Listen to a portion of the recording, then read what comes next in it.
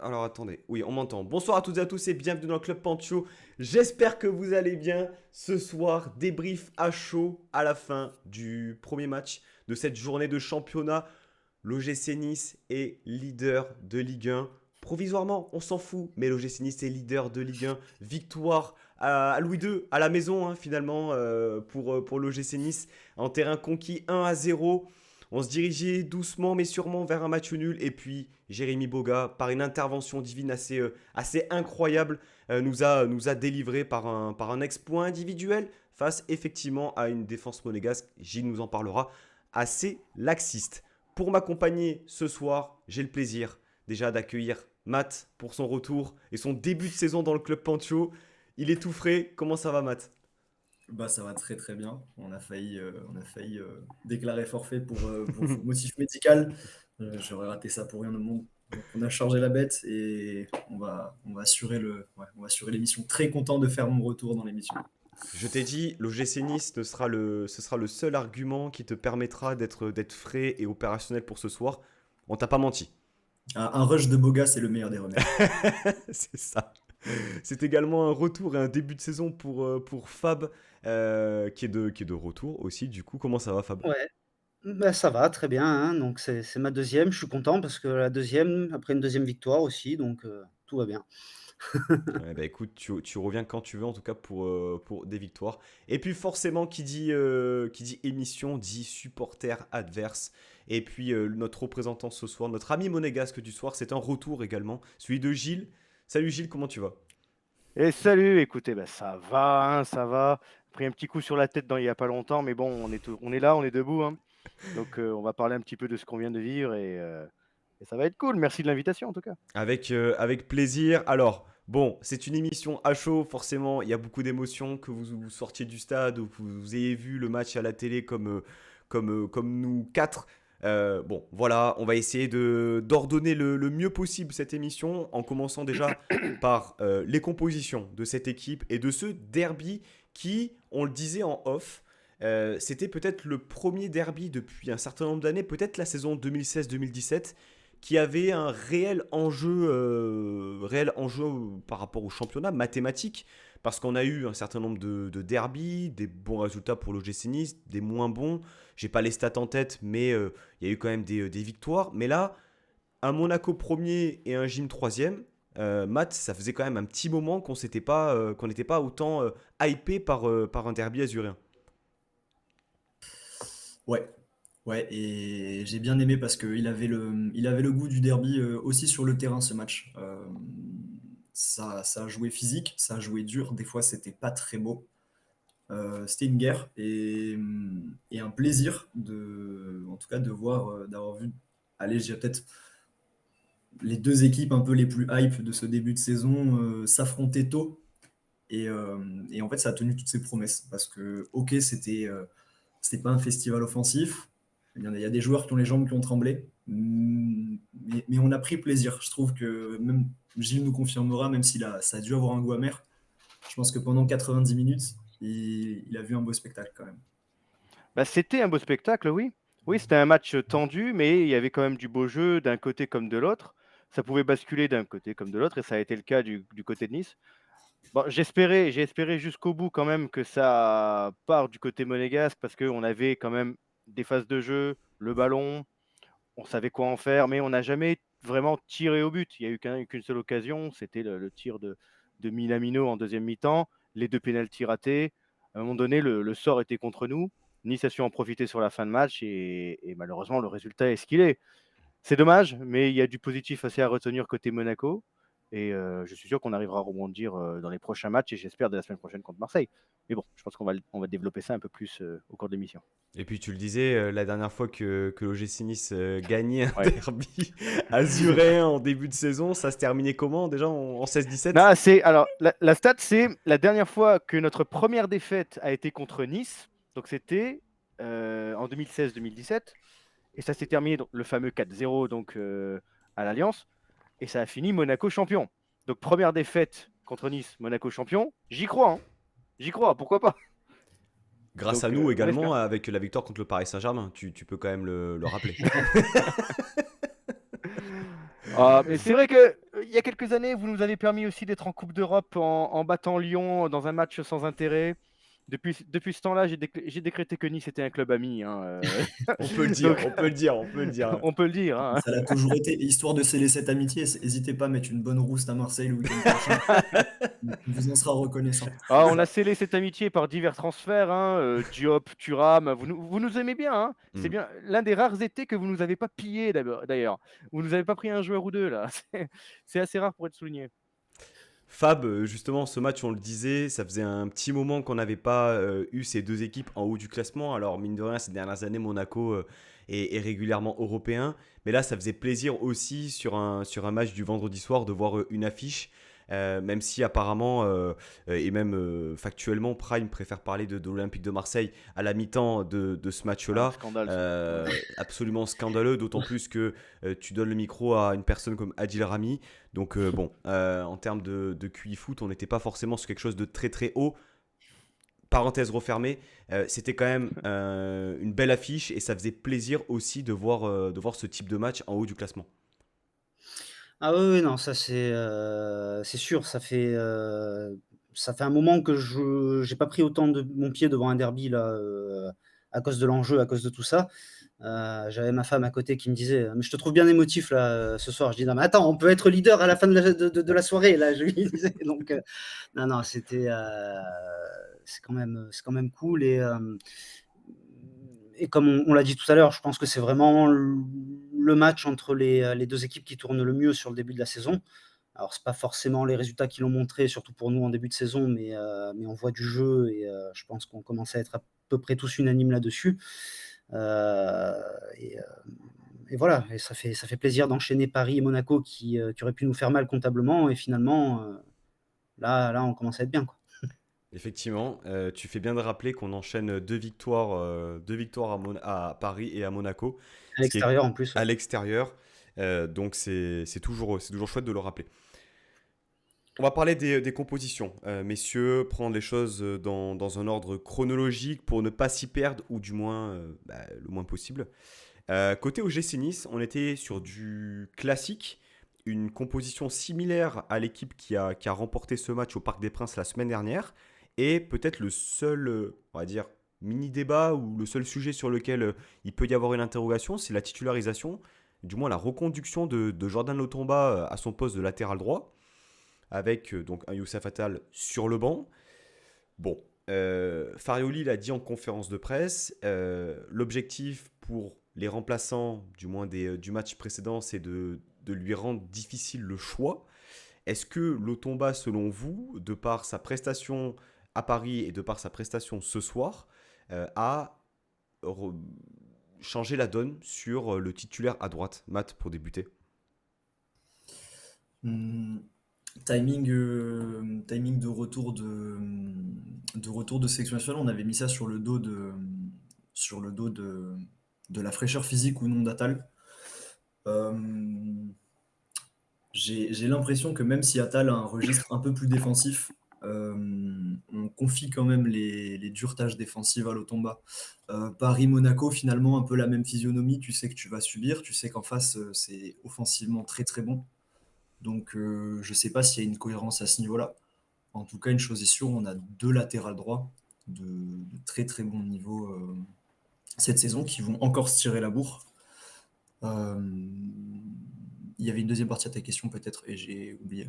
Non, non, non, c'était plus ton ressenti par rapport à cette titularisation-là. Et est-ce que Lotomba aujourd'hui a une longueur d'avance ou est-ce que tout simplement, Ah ouais. comme tu l'as sous-entendu un peu dans ton développement, c'était plus de l'adaptabilité tactique par rapport à l'opposition de Monaco? Bah, je sais pas, en fait, j'ai pas vraiment l'impression qu'aujourd'hui il y a un clair numéro un entre les deux.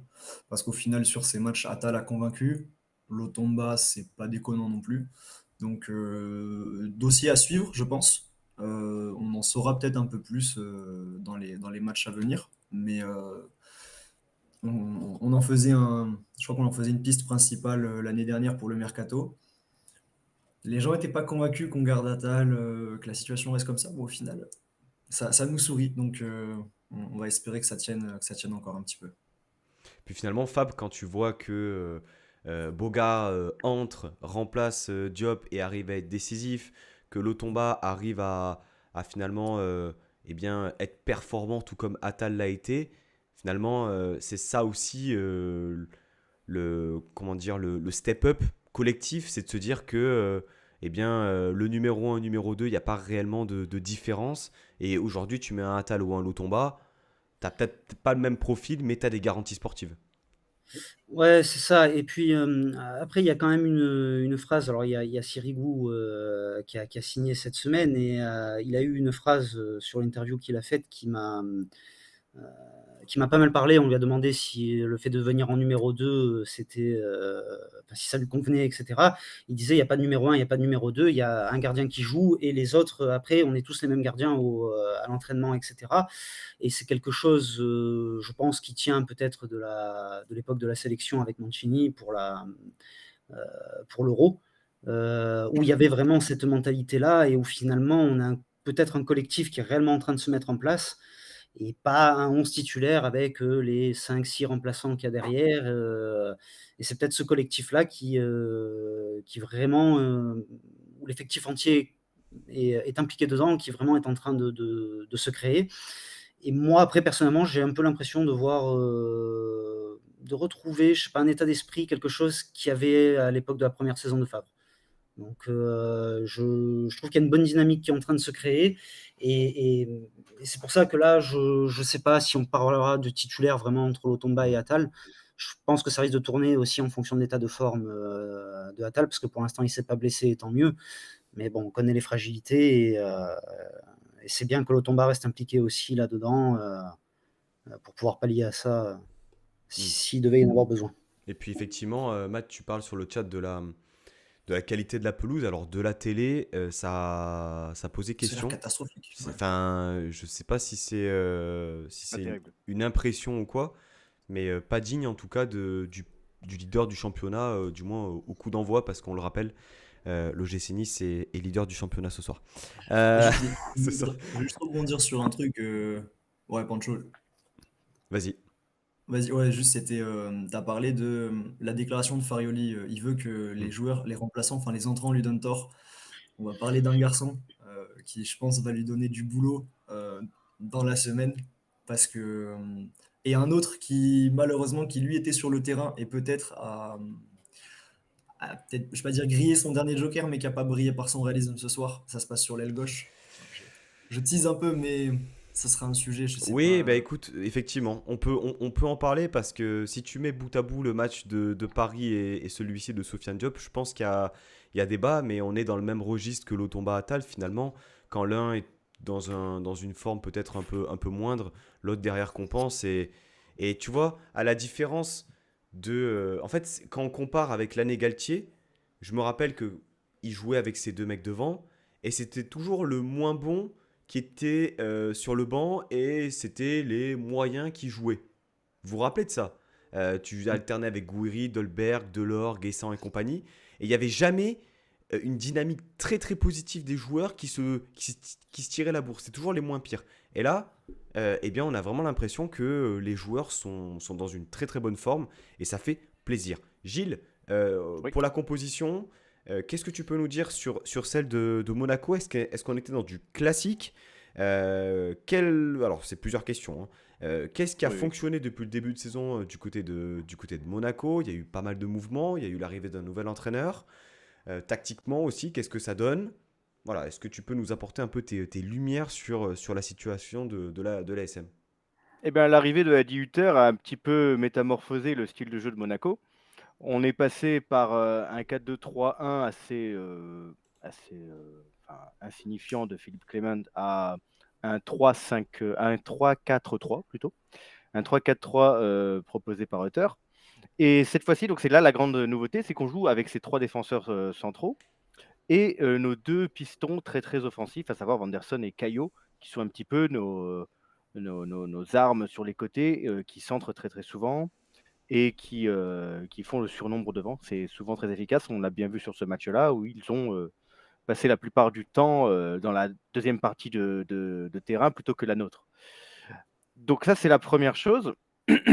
Pour le match particulièrement ce soir, oui, il y a eu 2 changements, 2 adaptations, dont une qui était plus que bienvenue, parce que plutôt que de mettre Maripane en défense centrale, à savoir quelqu'un d'un peu lent, il y a eu Zakaria à la place, qui est quelqu'un de beaucoup plus costaud, de beaucoup plus rapide, qui a bien, on a bien vu le retour incroyable qu'il fait sur Mofi durant ce match, qui était exceptionnel. Personnellement, voilà, comme je disais avant le live, je pensais qu'il faisait faute même. Mm. Je pensais que voilà, je ne voyais pas cette intervention et il a été incroyable. Donc Zakaria qui, rappelons-le, est un milieu de terrain à la base et non pas un défenseur. Et donc il est replacé ici pour dépanner car on est clairement en manque de défenseurs.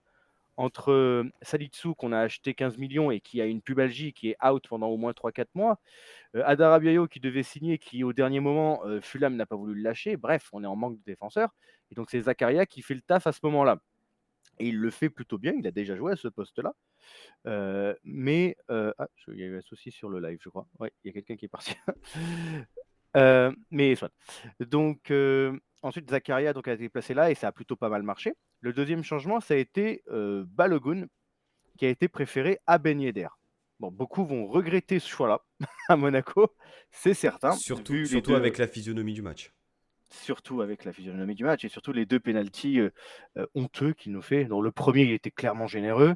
Le deuxième, il était indiscutable, mais dans les 2 cas, il a complètement foiré ses tirs et Bulka n'a pas eu à forcer fort son talent pour les repousser. Soit. Bon, il a été là quand même pour ça et bien joué à lui. Mais dans ce match, il a été assez invisible, un petit peu. Voilà, il n'a pas joué son meilleur football et on ne peut que le regretter.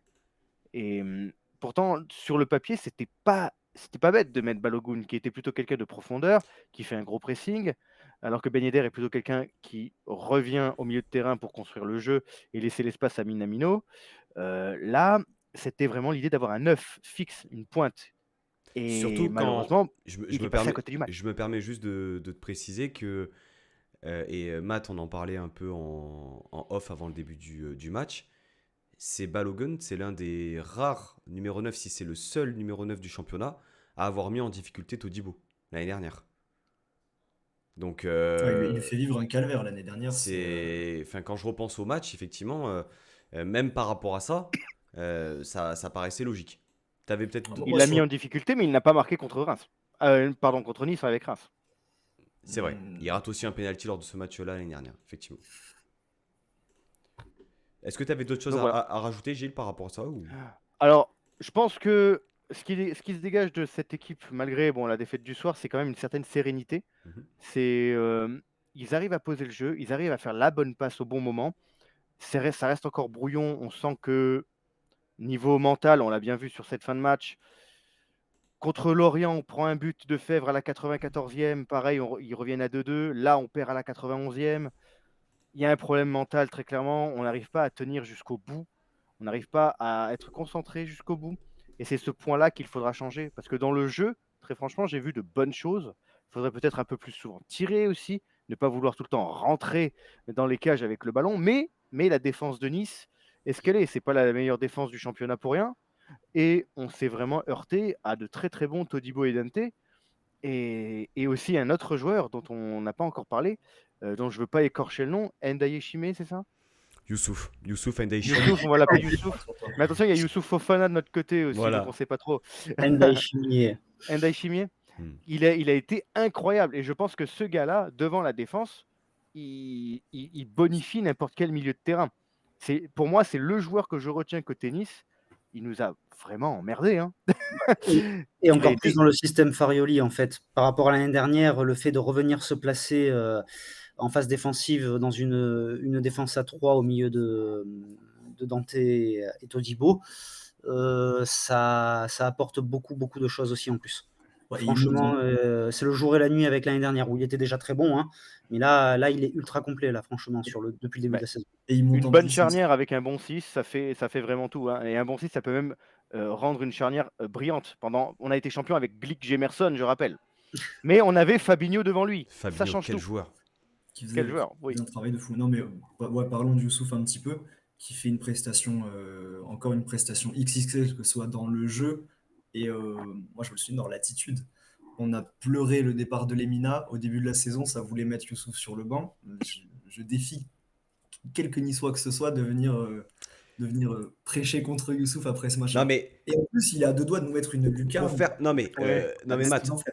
pour faire un peu l'avocat du diable, parce que c'est quand même important de recontextualiser aussi les choses. Je dis pas que j'étais contre Je Youssouf, te hein. sens pas visé, non, mais Non, je te sens pas visé. non, non, non, non, mais parce que euh, on sortait, et surtout, je pense que c'est le match de Lorient, pour recontextualiser aussi. Il fait cette erreur, mais le débat existait quand on se disait que lorsque tu es maître du ballon face à un bloc plutôt bas, un Youssouf qui vient justement faire une sorte de triangle avec les deux centraux, ça n'a pas de sens.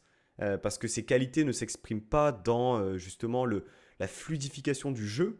Et que si tu veux justement avoir peut-être plus de lignes cassées ou plus de finesse technique, tu mets un Boudaoui justement qui va peut-être t'apporter autre chose. Maintenant, force est de constater que le gars, il est incroyable et surtout, moi, ce qui me fascine, c'est qu'il progresse à une vitesse techniquement. Je me dis, si le gars, il arrive à progresser techniquement, c'est un titan. Le mec, il est bon de la tête. Il est super fort physiquement. Au duel, il est incroyable. Mais si en plus, il arrive à faire des passes et à avoir une certaine vista aussi dans ses choix, mais Mais il c'est commence, hein. lourd. Il commence là, hein, on le voit de plus en plus déjà contre Paris. Là, aujourd'hui aussi, on voit qu'il progresse plus avec le ballon, qu'il casse un peu plus les lignes, il est plus présent devant. Non, franchement, il est partout sur le terrain en fait, Il est hyper déjà. costaud surtout. Ouais. Il a muselé toutes les attaques de Monaco, hein. Ben Yedder Mhm. qui a essayé de le. Non, il passait pas, hein. Et c'était le plus emmerdant côté niçois pour Monaco. Après, effectivement, les 2 derniers matchs collent bien avec ses capacités. On va voir Ouais.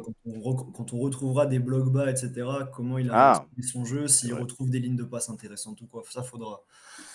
Mais putain, quel match. En tout cas, merci Ouais, Youssouf. très très gros match. Et puis j'ajouterais peut-être sur Youssouf le langage corporel Ah, un chien de la Ouais. casse. qui manque, je trouve, énormément peut-être peut-être dans le football moderne de manière générale, mais aussi à l'OGC Nice. C'est-à-dire qu'après le deuxième penalty arrêté de Boulka, voilà, il regarde ses joueurs et puis voilà, c'est dans la tête, les gars, c'est dans la tête. Et quand tu es derrière la télé, alors au stade, ça doit être incroyable, mais derrière la télé, tu as envie d'aller à la guerre avec lui, quoi. C'est le chef de bataille. Donc, un grande Youssouf ce soir, ça fait plaisir.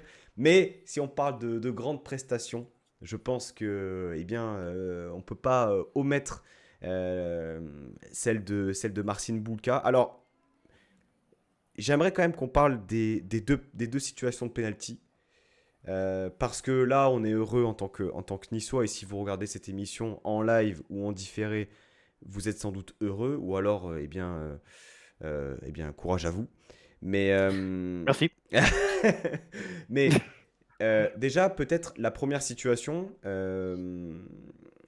la Golovin est lancée dans la profondeur.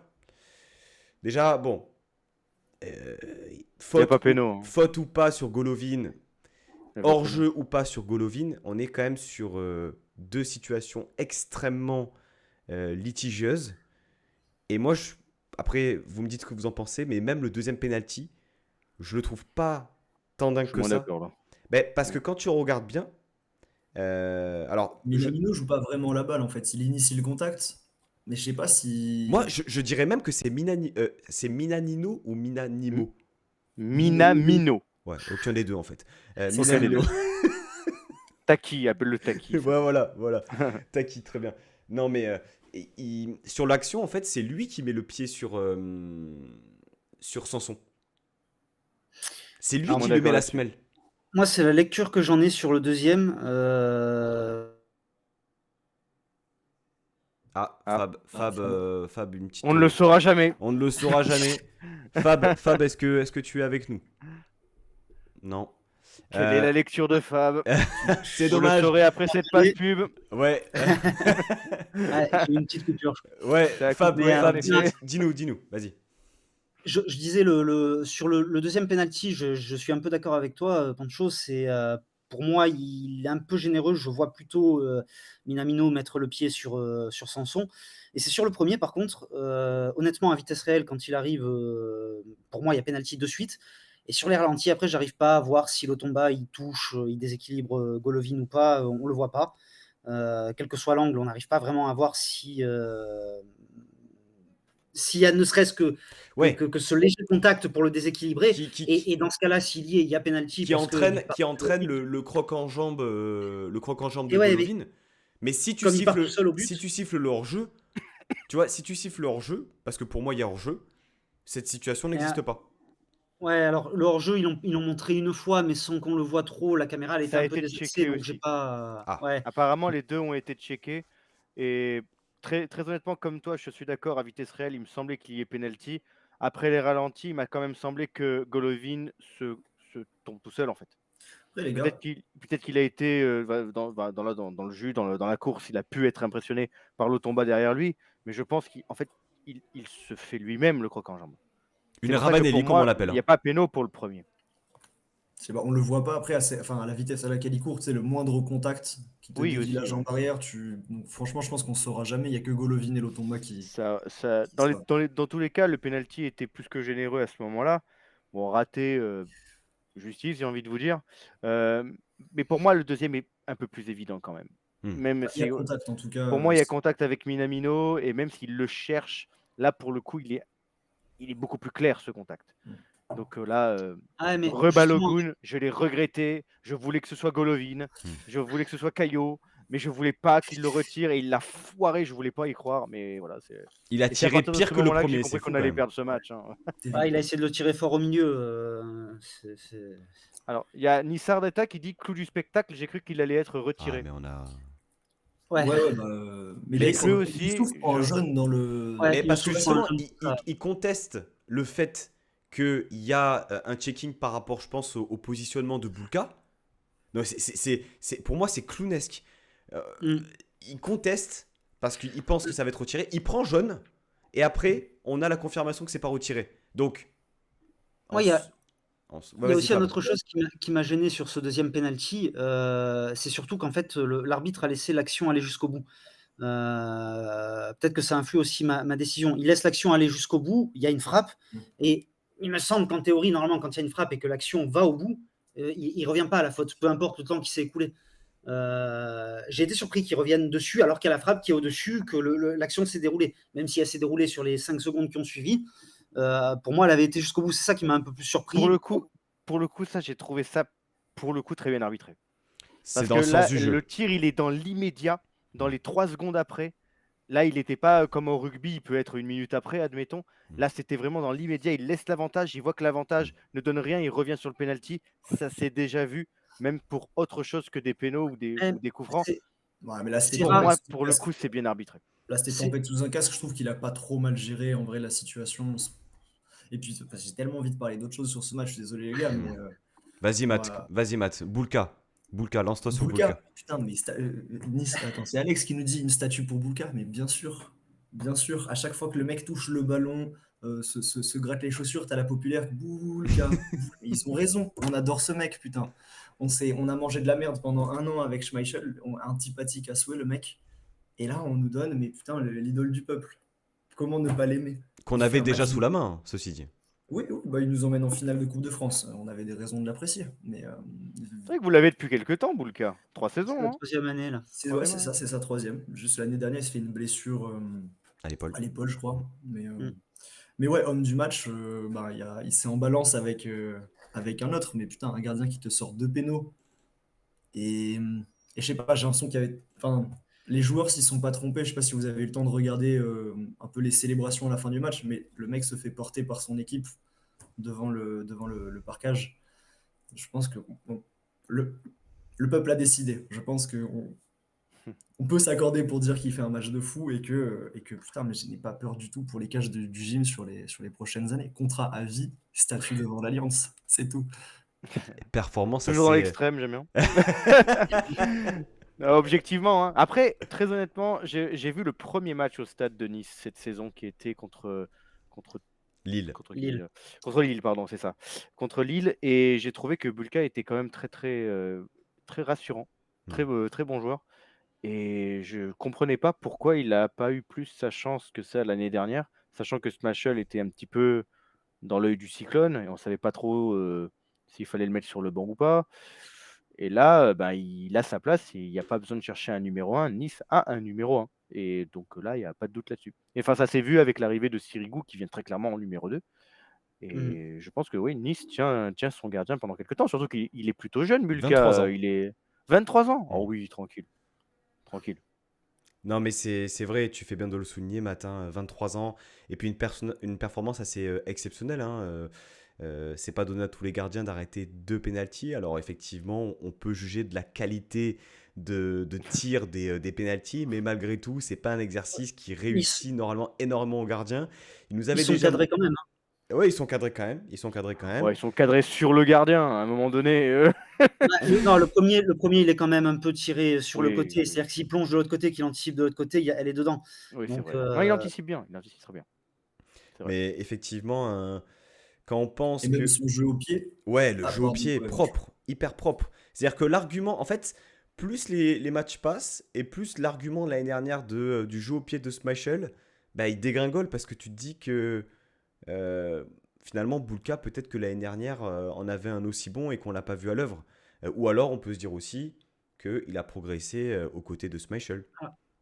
je- ligne directe ou pas ligne directe, en tout cas, je pense que Ratcliffe, il a bien ouvert les yeux, là, tu vois, dans la tribune, et qu'il a bien compris que peu importe qu'il lui passait des coups de fil, on a un grand Polonais de 2 mètres dans la cage et qu'il n'allait pas bouger.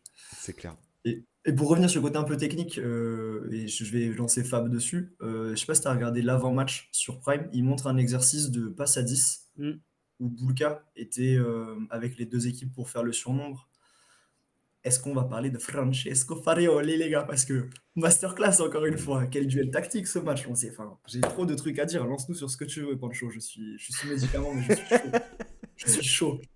Eh bien, Boulka, ben, euh, par rapport au match, effectivement, comment est-ce qu'on peut prendre ça sous quel bout on peut le prendre en fait? Parce que ça se termine à 0-0, tu te dis c'est un match plaisant, un 0-0 plaisant, des occasions des 2 parties, du jeu, de l'engagement, on l'a dit, euh, mais surtout, en fait, ça aurait pas été déconnant que ça se termine à 0-0. Et d'ailleurs, pour reprendre un peu les termes de Fab en off, est-ce que pour toi, Fab, c'est une victoire qui est méritée pour l'OGC Nice aux yeux aux yeux de la physionomie? Parce que ça, c'est intéressant, je pense. Ah, la, la fameuse page de pub. Matt, est-ce que tu veux peut-être Je- prendre le relais? Ouais, attends. Fab, Fab? Ouais, je suis relâ, ouais. Ouais. J'ai déménagé, j'ai quelques petits problèmes de connexion là avec celle-là. Bon, on fera mieux la prochaine fois. Mais donc non, je disais au niveau de la physionomie du match, c'est sûr que pour moi, la victoire elle est plutôt méritée. Après, on aurait très bien pu perdre au vu du match en lui-même, avec les faits de jeu, avec les pénaltys. On aurait très bien pu perdre et ça n'aurait pas été non plus un scandale. Mais pour moi, j'ai l'impression qu'on a quand même dominé ce match et que ce 1-0, il reflète bien le match en fait. Gilles, ton ressenti, toi, sur ce match, est-ce que bon, forcément des regrets, mais pour toi, le 0-0 aurait été un résultat cohérent, je suppose. Totalement, totalement. Bah, après, je trouve que tu es très généreux sur la domination niçoise. Je trouve justement que c'était très serré. Je trouve que justement les phases de jeu monégasques étaient beaucoup plus fluides que celles de Nice à beaucoup plus de moments. Et donc le 0-0 pour moi aurait été un résultat logique au final. Mais les faits de jeu, je les connais. Je supporte ce club depuis des années. Et je savais qu'après les 2 pénaux ratés, on allait s'en prendre un dans le temps additionnel. C'était sûr. C'était sûr. Malheureusement, je suis déçu du résultat. Mais c'est comme si je l'attendais. Au final, je savais que j'étais un peu fataliste sur le coup. Mais oui, oui, je trouve que le 0-0 aurait été bien plus mérité et bien plus logique. Au final, je trouve que c'est un peu cruel Hmm. parce que voilà, les 2 pénaux, les faits de jeu et malheureusement, ça finit comme ça. Mais bon, comme je l'ai dit en début d'émission, je pense qu'il y a quand même des motifs d'espoir. Dans le jeu, on est quand même intéressant. Dans le collectif, on est quand même intéressant. Il faut un peu plus de confiance, un peu plus de temps aussi à Adi Hutter et ça va le faire pour la suite. Comme je disais aussi, je pense que ces 2 équipes, que ce soit Monaco ou Nice, vont finir top 5 d'ici la fin de la saison. Et ce sera plus que mérité parce que là actuellement, je pense que les deux équipes sont totalement à leur place et les deux équipes seront en Coupe d'Europe d'ici la fin de saison. En tout cas, c'est tout le mal qu'on souhaite à ces deux clubs-là. C'est tout ce qu'on souhaite à nos deux équipes. Amen. Matt, domination de l'OGC Nice ou maîtrise de l'OGC Nice? Tu as 4 heures. Alors, putain, en vrai, j'ai envie de dire, ni l'un ni l'autre, j'ai l'impression qu'on en voulait plus. Honnêtement, j'ai l'impression que ça s'est joué Ouais. sur ça. Parce que sur la première mi-temps, et même au global sur le match, mais sur la première mi-temps, je pense que c'est un bon 50-50. Il y a les graphiques de momentum qui sont montrés, et c'est vraiment, ça commence pour Monaco. Après, on a une grosse domination jusqu'à peu près la 30e, puis Monaco finit fort. J'ai pas vu celui de la deuxième, mais au final, c'est Nice qui a les situations de frappe les plus franches. On a l'impression que Nice a été plus dangereux et que Monaco a mieux joué. Et que on a quand même, Ah, j'ai c'est l'impression de pas manquer mal un peu de résumé jus. ça. Ouais. C'est vrai. J'aime bien ce résumé-là. Ouais, c'est ça. Bah, c'est beau avoir Ouais. joué. En vrai, Monaco, je sais plus qui disait dans le chat que vous êtes un bon entraîneur. Putain, ouais, c'est fluide, ça joue bien. Mm. Mais Nice n'a pas qu'un entraîneur. Et Nice a un homme à sa tête qui est un grand manager et ça résume très bien, j'ai l'impression, ce que Mofi disait en interview de la mi-temps. Qu'est-ce qu'il vous demande le coach? De gagner le match. Et bah, l'équipe a gagné le match. Il donne les cartouches, Francesco Farioli, à cette équipe. Il leur donne des armes et on a l'impression que cette équipe, elle trouve toujours le moyen de s'en servir.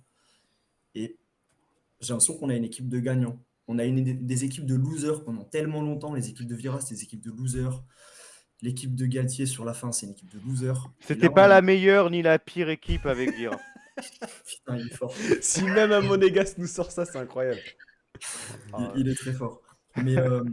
Mais ouais, en tout cas, Farioli, mais il a la main sur son équipe, il a la main sur ses hommes et tout le monde y croit. J'ai l'impression que tout le monde y croit. Peut-être c'est ce qui a manqué à Monaco, c'est peut-être d'y croire, Ouais, je suis d'en d'accord avec vouloir, toi. je sais pas, mais il y avait un supplément d'âme du côté de Nice et c'est ça qui a fait la différence pour moi. Le mental, le réalisme, c'est ça qu'il a manqué à Monaco. La jeunesse aussi. Faut pas oublier qu'on on a dans notre 11 pas mal de jeunes joueurs, même si certains sont déjà là depuis quelques temps. Mais on a quand même Magassa, le jeune Magassa qui a, je crois, 19 ans, 19-20 ans, même pas, ou peut-être 18, je sais même plus, qui joue même pas à son poste. Il est milieu de terrain défensif à la base. Là, il est replacé milieu de terrain. C'est un très bon joueur, sauf qu'il est très maladroit.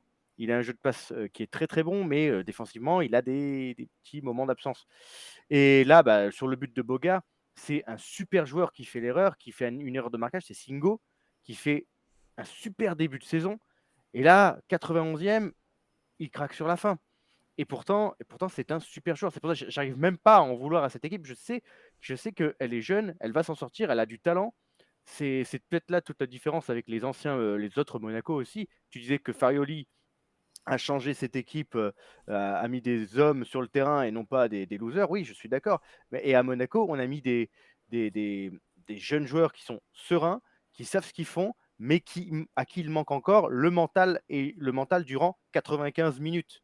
Et on l'a vu à Lorient, on l'a vu ce soir, à la fin ça craque. Il faut travailler ça. Ça va être un champ de travail pour Hutter et pour la suite, pour Monaco, et tenir sur ces instants-là. La stabilité jusqu'au bout, la concentration jusqu'au bout, parce que le talent, il y est.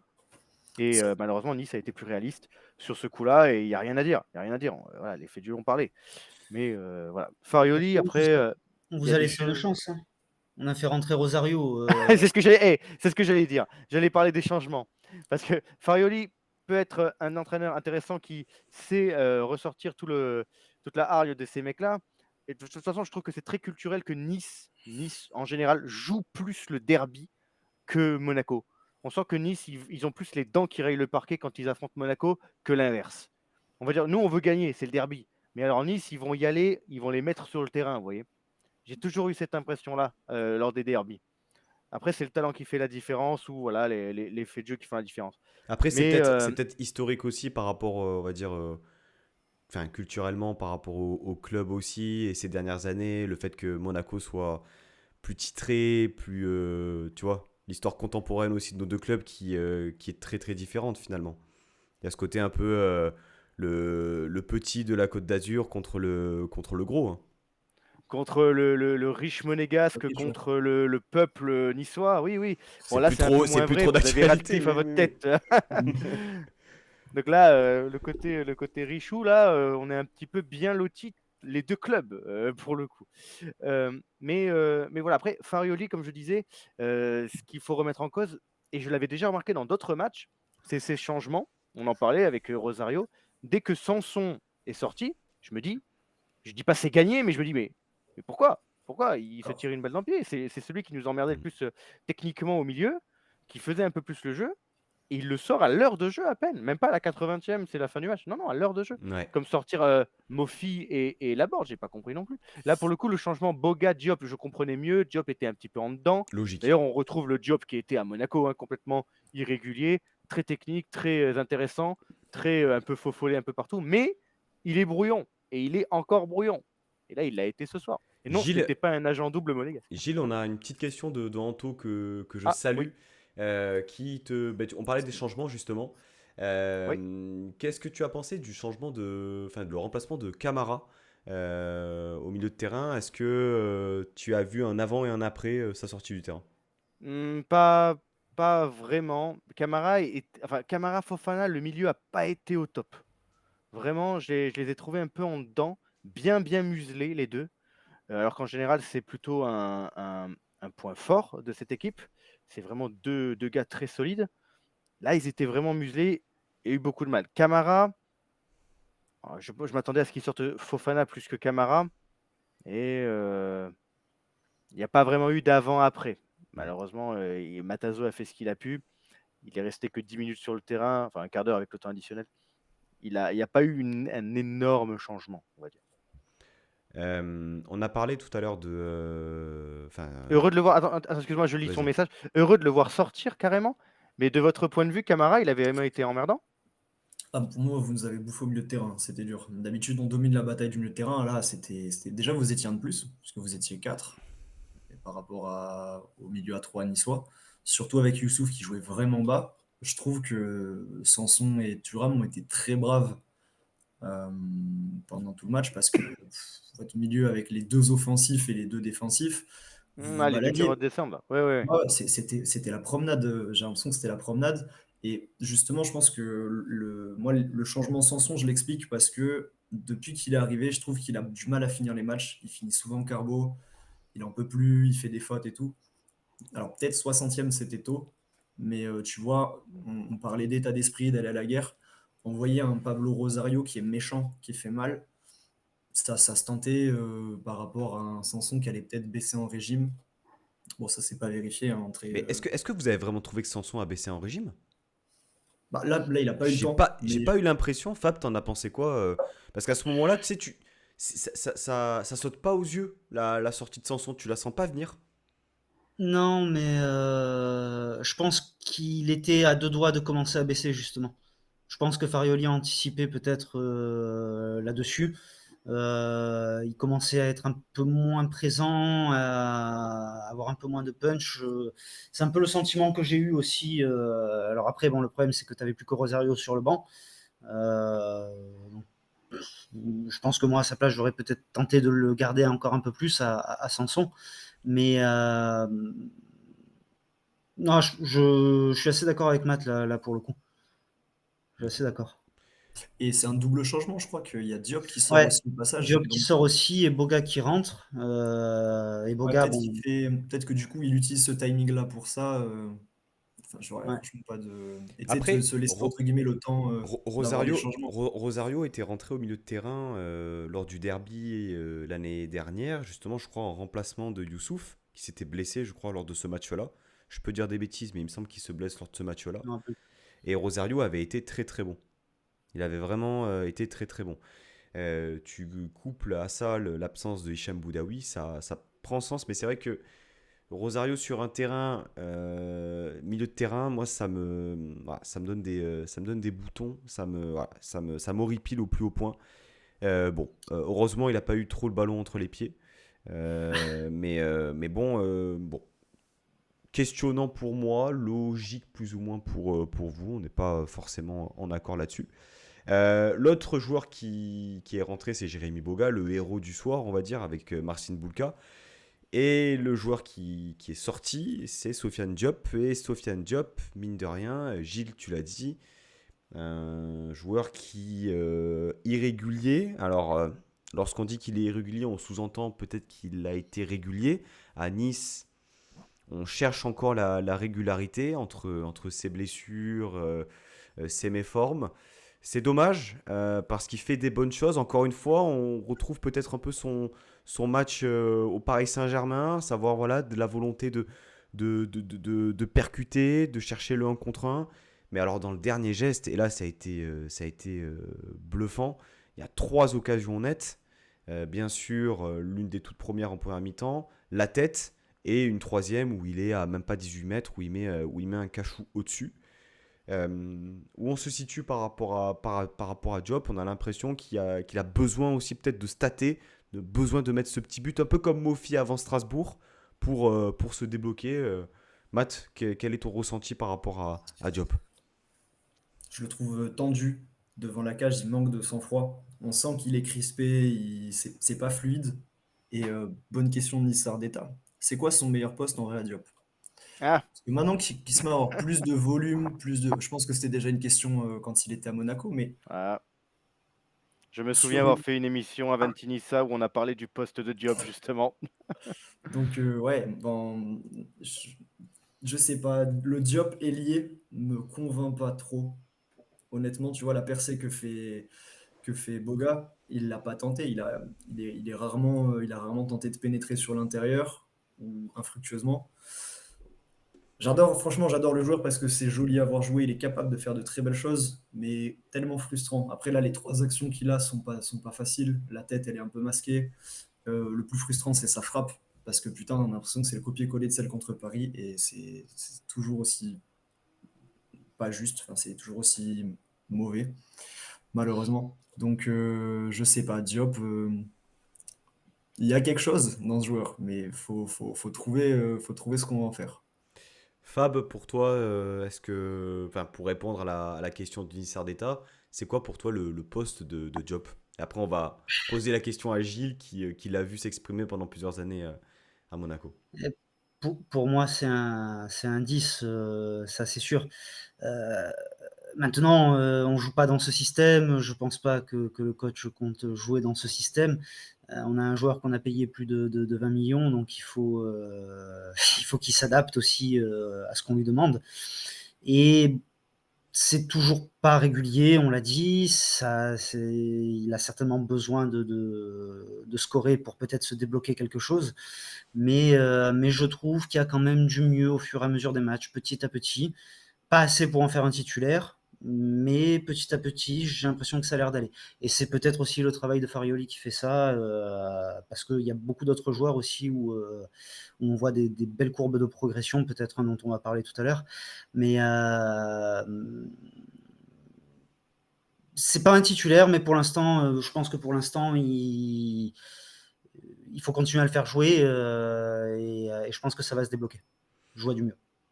Gilles, ton ressenti pour Diop, déjà lorsqu'il était chez vous, bon, il a peut-être joué à certains postes.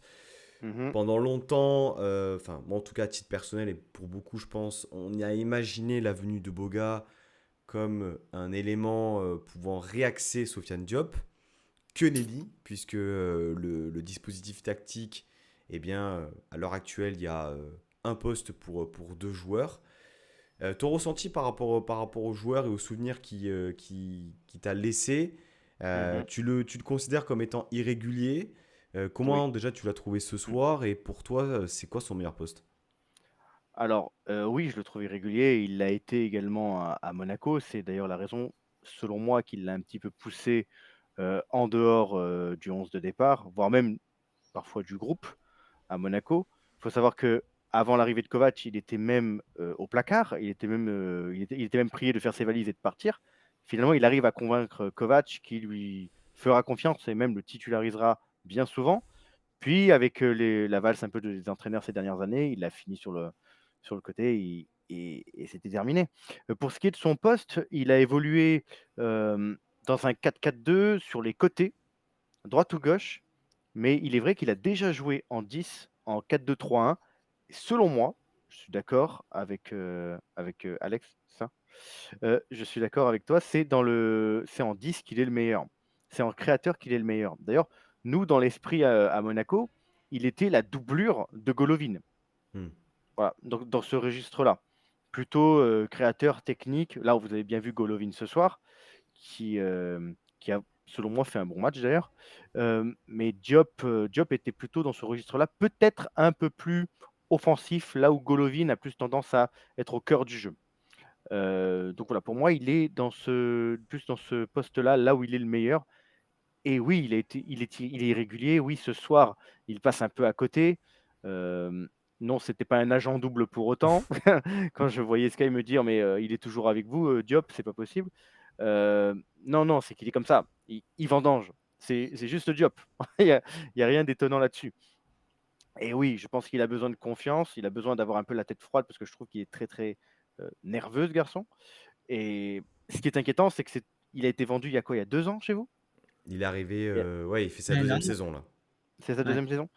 Bah, il a toujours pas, même dans un autre contexte, dans un autre club, il a toujours pas pris Il la a eu une saison mesure. tronquée l'année dernière aussi. Il a été blessé quand même un petit moment.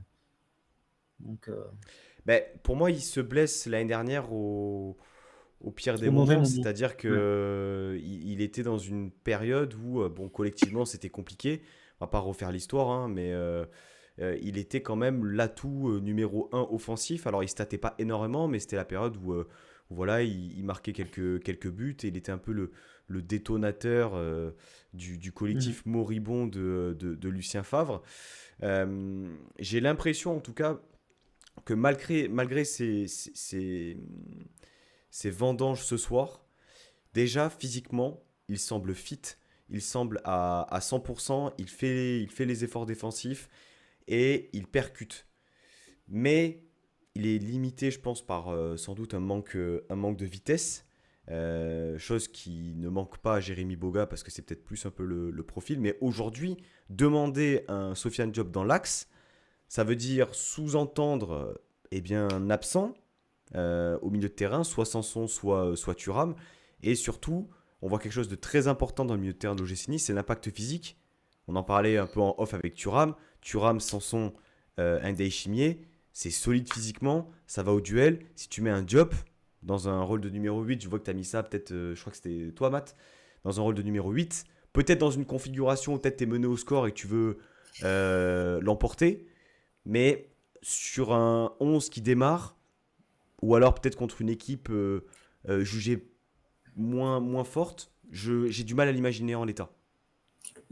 Moi, les deux manières de le faire jouer que je peux voir, c'est typiquement un remplaçant 8. Tu vois, là, à la place de Rosario, tu fais rentrer Diop, qui est quelqu'un qui sait fluidifier le jeu, avec des ailiers qui peuvent se projeter, Baldé et Boga. Ça peut être pertinent, il rechigne pas aux efforts défensifs, il fait un Mhm. bon pressing. Alors, c'est léger physiquement, mais il peut, tu vois, il peut rajouter un peu de masse, s'endurcir un peu. Je pense que de toute façon, s'il veut s'imposer en tant que titulaire dans une équipe qui aspire à se qualifier en Europe, il va falloir qu'il fasse un peu muter son jeu. Et l'autre, alors ça, c'est quelque chose que j'appelle de mes souhaits, serait une évolution du système Farioli, Mm. justement face aux petits. Tout à l'heure, on parlait un peu du manque de pertinence d'avoir une grosse sentinelle comme Endal Chimier qui se place entre les deux centraux. Et ben, tu joues dans une version beaucoup plus offensive où à la place de sentinelle en 6, tu mets un 10, où là, tu peux avoir du Badreddine Bouanani, du Diop, du Claude Maurice s'il revient de blessure. Et où du coup, tu Ah, demandes il à est ton. toujours chez vous, lui. Ouais.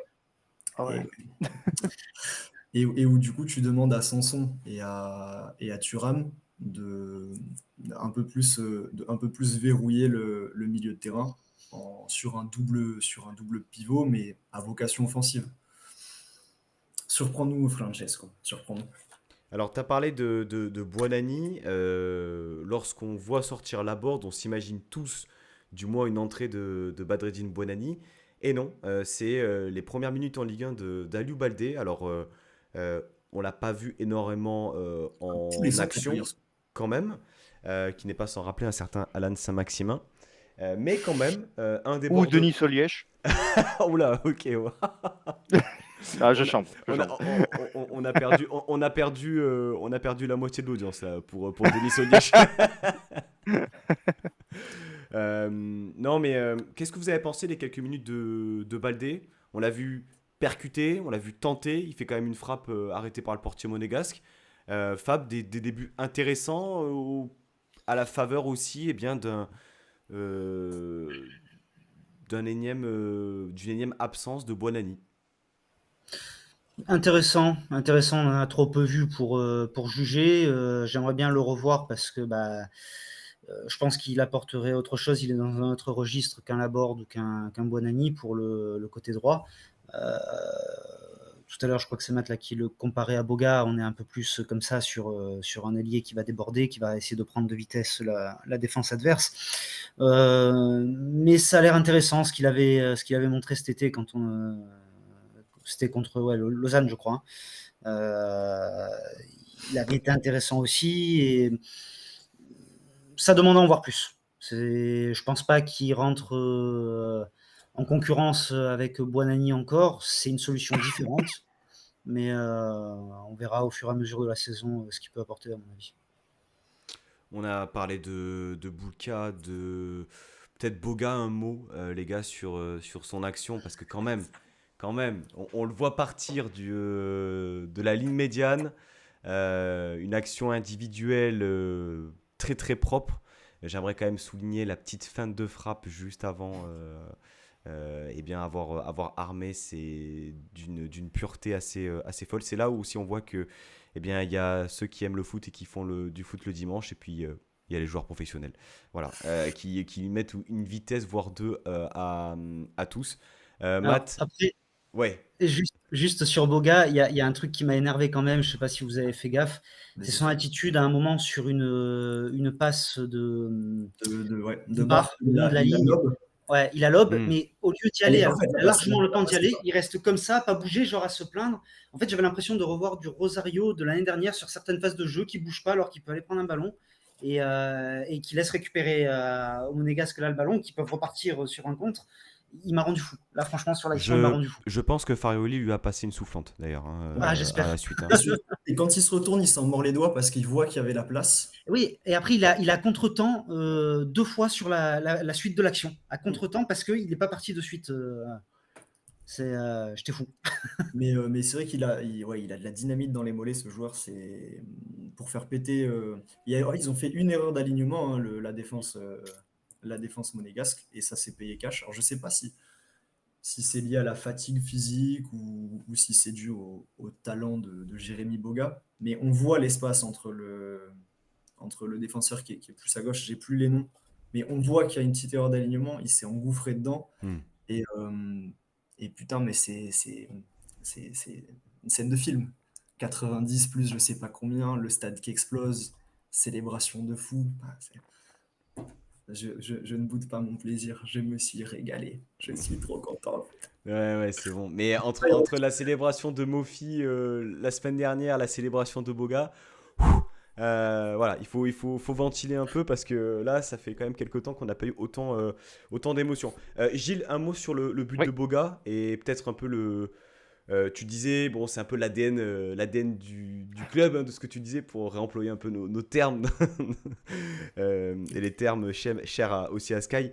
Euh, Ouais, du laxisme, de l'attentisme, Oui, oui. énorme. Alors, Déconcentration. la conduite de balle de Boga, elle est propre. La finition, elle est propre. Ah oui, tout est propre, hein. Mais bon, uniquement mental selon toi? Non, le placement a laissé à désirer, hein, malheureusement. Donc, il joue très très bien le coup. L'action est parfaite. Il fait exactement ce qu'il faut. Et nous, on est aux fraises, tout simplement. Juste la plus grosse occasion niçoise, elle a été mise au fond, très clairement. C'est la plus grosse. Alors, peut-être la tête de Ndai Shime Hmm. Sur la Youssouf transversale. sur la transversale, ou alors Kun ne bouge pas. Kun, il l'a pas vue, et elle est dedans. Je crois qu'il fait la même tronche. Donc, Je pense qu'il est lobé de toute façon, hein. il Je peut vois pas rien trop ce faire. qu'il peut Il peut faire, hein. rien faire. Il y a eu ça et il y a eu le tir de Boga où là, rien à dire, rien à dire. Le retour dans l'axe, tir, voilà, une Robben inversée, quoi. Donc aucun problème, aucun problème. Malheureusement, il n'y a rien à dire. Et ces errements défensifs, il faut encore les régler. Il faut encore y travailler. Je pense que c'est encore ce qui fait défaut, ce qui a fait défaut l'année dernière. C'était cette défense et c'est encore le cas aujourd'hui. Même si on est passé à 3 derrière, c'est encore à bosser. Hmm. Et quand on aura, je pense, bah, une recrue supplémentaire à ce niveau-là, le retour de Salisu qui est pour le coup un vrai axial gauche, où Magassa va peut-être être positionné milieu de terrain aussi, c'est son véritable poste. Peut-être que ça ira mieux à ce moment-là.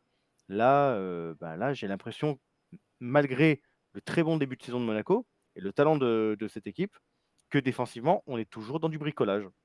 Et que ça se ressent sur les fins de match. Zakaria, ce n'est pas son poste, même s'il fait un super match. Magassa, c'est pas vraiment son poste non plus. Même si à son âge, il peut s'adapter au poste de défenseur central. Malheureusement, j'accuse un peu le coup sur l'expérience de cette défense ensemble, du moins, et du poste de défenseur de chacun. Même Singo qui était l'axe droit de la défense à 3, l'année dernière, et je crois, même pas que l'année dernière, il y a 2-3 ans encore, où il vient de Torino, il ne jouait pas à ce poste. Il était latéral droit. Il était au poste de Vanderson actuellement, dans une défense à 5 ou à 3, ou à 4. Il était latéral droit très offensif. Et là, on le voit à droite d'une défense à 3. Encore une fois, je pense que c'est une question d'automatisme, de concentration, de mental. Je pense qu'on en est là, malheureusement. Parce que le talent, il est là. Je ne pense pas que ce sont des mauvais joueurs.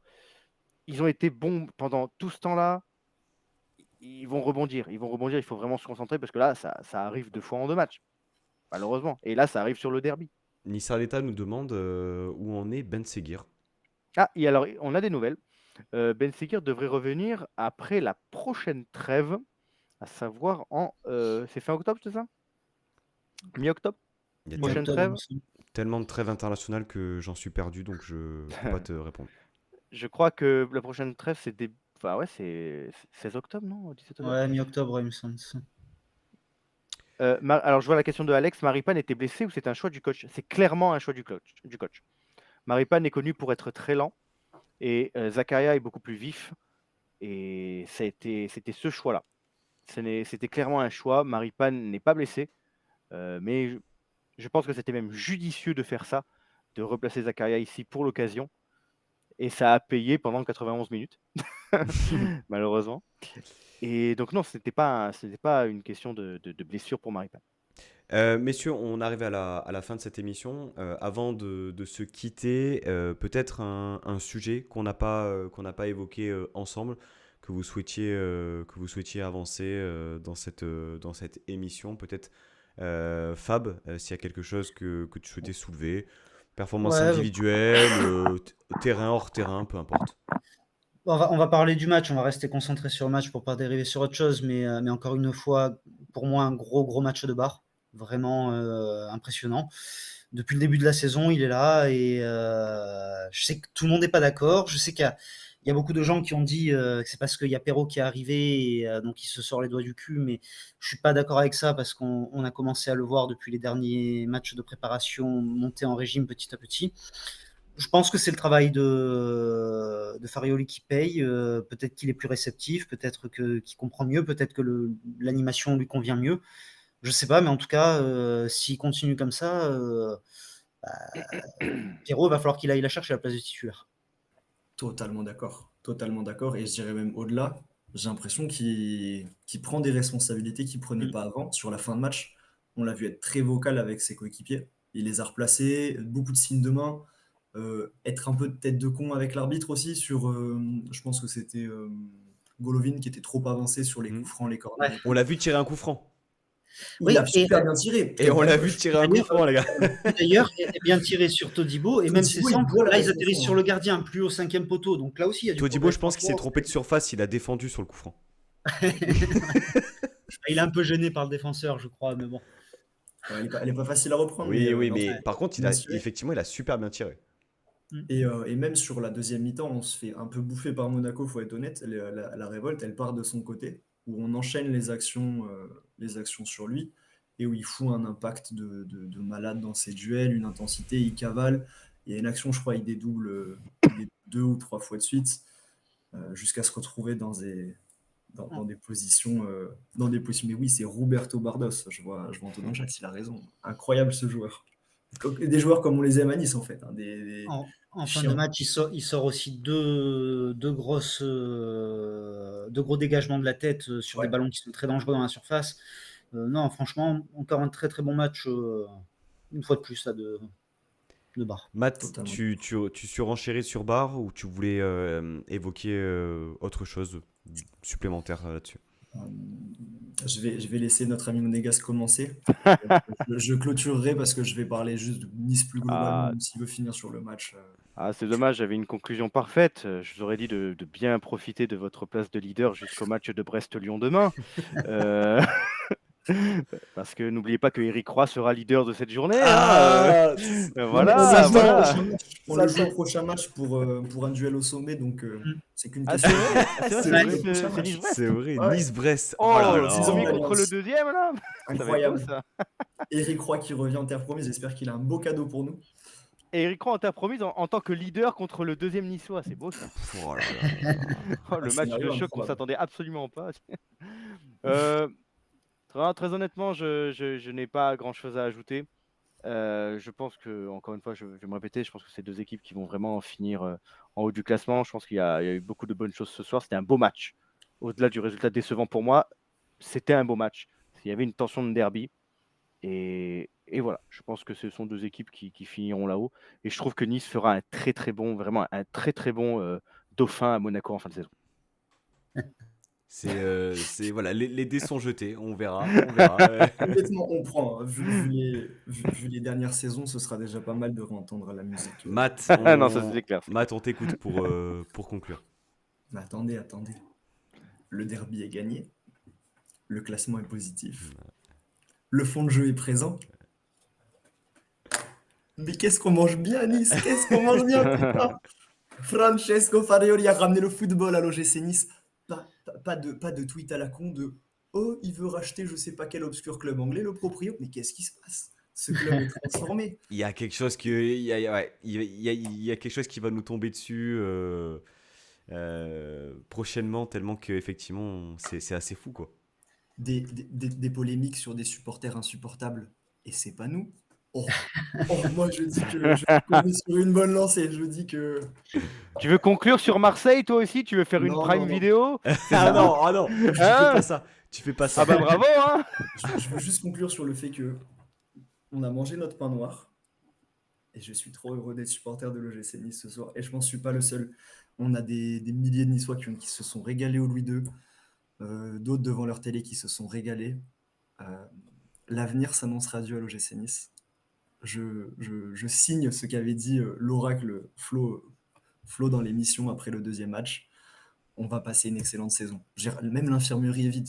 Tous les signaux sont au vert. C'est clair. Profitez. Non mais et je relance d'une pièce pour effectivement dire que on a beaucoup vanté le style Farioli, évoqué le style Farioli dans sa manière d'aborder une rencontre, dans sa manière de mener le match, des relances courtes, un bloc haut, etc., etc. Mais on en a parlé et Gilles en a parlé aussi, l'aspect mental.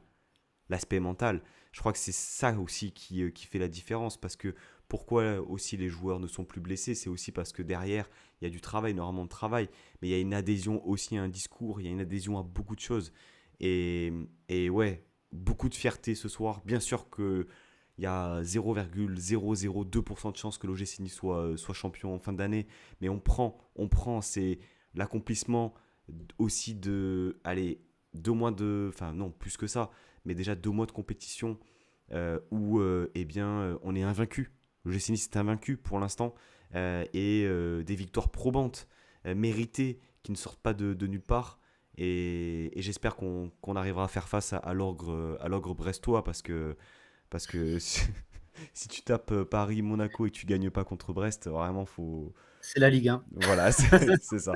Vous en êtes capable, hein. L'ADN du club. Ça, c'est l'ADN niçois, hein. Ça, c'est Ça, ça. c'est clairement l'ADN niçois, hein. Non, Tu l'ADN tapes Paris, du tu club, tapes c'est Monaco, tu c'est perds de, Brest, hein. C'est de relancer c'est de relancer les équipes cadavres, qui c'est vont ça. mal. Déjà, on n'a pas perdu contre Lyon, c'est déjà pas mal. Hein. Ouais. Et celui-là de cadavre, hein. C'était compliqué. Messieurs, un grand merci pour cette émission. C'était à chaud, mais voilà, on a parlé de beaucoup de choses. assez dense. On a respecté plus ou moins le timing. Un grand merci pour votre présence, pour votre confiance.